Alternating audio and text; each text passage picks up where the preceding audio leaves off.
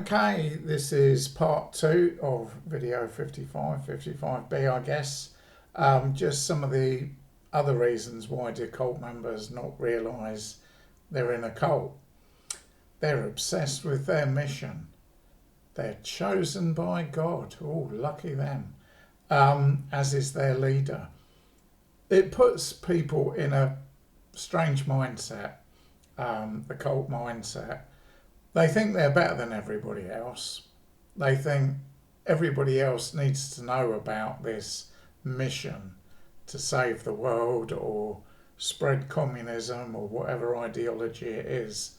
And they're so obsessed with what they're about, they don't actually question whether they're whether they're actually achieving anything or just being an anti-group.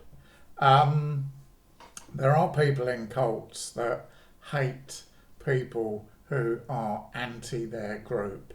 You know, you become the enemy. And of course, a lot of cults have to have an enemy for the group to be cohesive. You could say that about religion in general. There has to be this common enemy.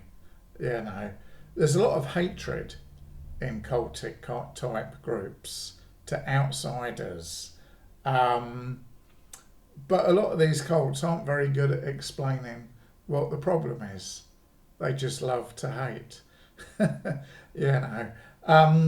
There's also this sense of being in a team, finding belonging, finding fellowship, a purpose, a hope that you're going to make the world a better place. And of course, people leave cults and then they become the enemy as well. So when you pack it all together, a sort of cult or a cult environment, you know, it's quite obvious why some of them have cult communes. They want to be away from the outside world and they sing their little hippie, happy songs around a campfire, you know, and they all love one another. But there's always that tension. It's always walking on eggshells. You know, who's going to be the next one to walk away, kind of thing. So it is a very stressful existence in a lot of these cults. Certainly the religious ones, the money-making cults, the multi-level marketing type cults, they're just obsessed with money. You know, if you leave their group, then you're not interested in making money. You want to go to the rat race kind of thing. So another problem of why cults exist, of course, there's always more people to con, you know. And it's not, I've put here the next generation are unaware. There's a lot of older people get scammed by, you know, cults, multi-level marketing or dodgy people on the phone saying, oh, you need to do this and you need to do this, panic, panic. You must make a decision. So the common theme is the cult will make money and laugh at the people it takes the money from, typically. And there is this pride of being the chosen group, you know. Let's be honest, having that cult mindset is a form of madness, because don't think you can have any kind of intellectual conversation with somebody in a cult. They've been so indoctrinated with the same logic over and over again. All they use is that logic. They don't even really think that much about what they're saying. You know, I'm not saying it's stupidity, it's just using people, exploiting people, and they don't realise this. They think it's all from God. They get a superiority complex. A lot of them are very arrogant. Some of them are quite aggressive.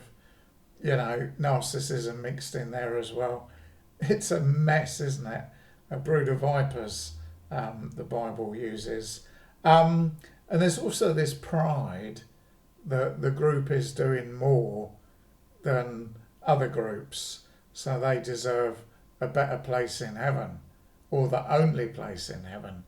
So you get this arrogance that if you work hard then you earn approval from your peers or your leaders or God, and you're frightening the devil, kind of thing.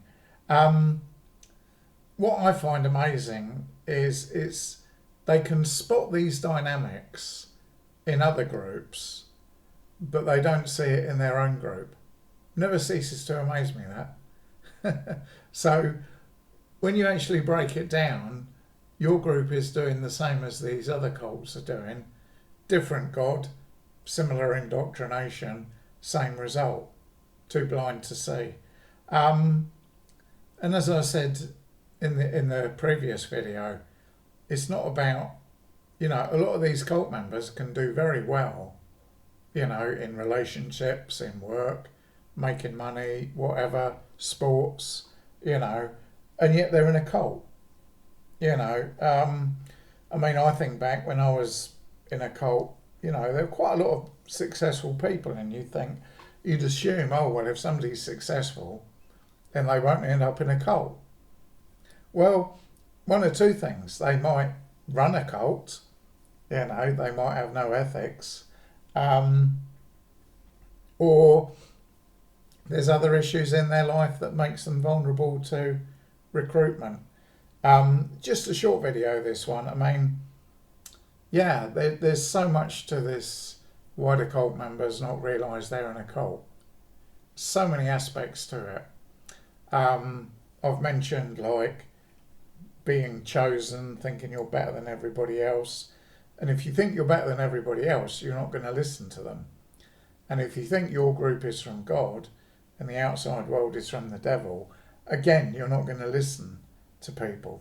So there's all that dynamic of it as well. But yeah, this is, it is a mystery, but when you package it all together, that's when it really gets its power. So there you go. It is what it is, I guess.